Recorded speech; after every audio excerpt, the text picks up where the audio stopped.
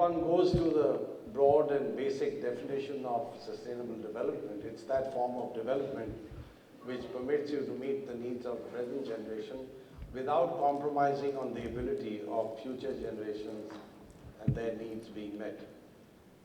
So therefore, if we keep that as a sort of backdrop, then if you look at cities, then cities have to be sustainable in the sense that all the goods and services that they receive, all the waste that they dump outside the cities have to be done in a manner that does not in any way degrade or damage the environment. Because if you do that, then you're really making it very difficult for future generations to enjoy all the benefits that we're getting today. I was in Mumbai 3 days ago, and we had a meeting with all the commissioners from the districts. The Chief Secretary of the state himself was there, and we had pushed this simply because Mumbai has a number of wetlands. You know, these are little rivulets, they're little ponds, lakes, and so on, which are being destroyed at a very rapid rate.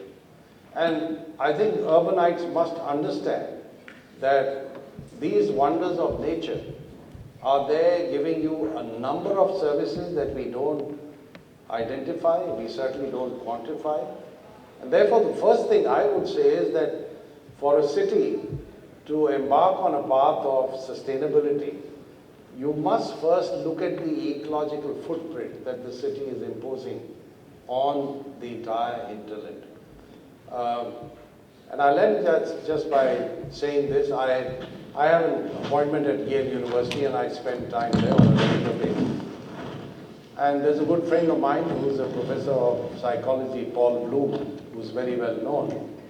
And the area that he's researching in is in trying to find out what gives human beings happiness and satisfaction.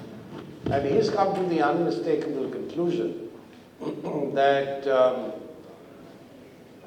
most human beings really get the highest level of pleasure from being close to nature. And I suppose this is something that developers also realize.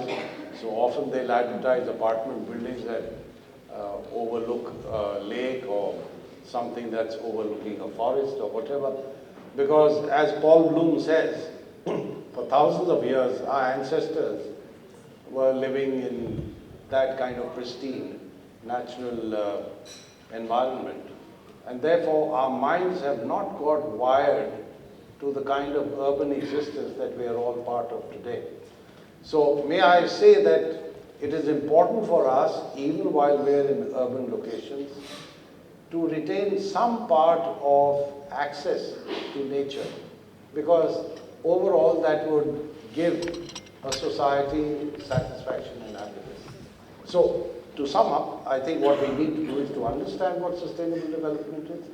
Secondly, I think every city or town must map out and try to quantify its ecological footprint.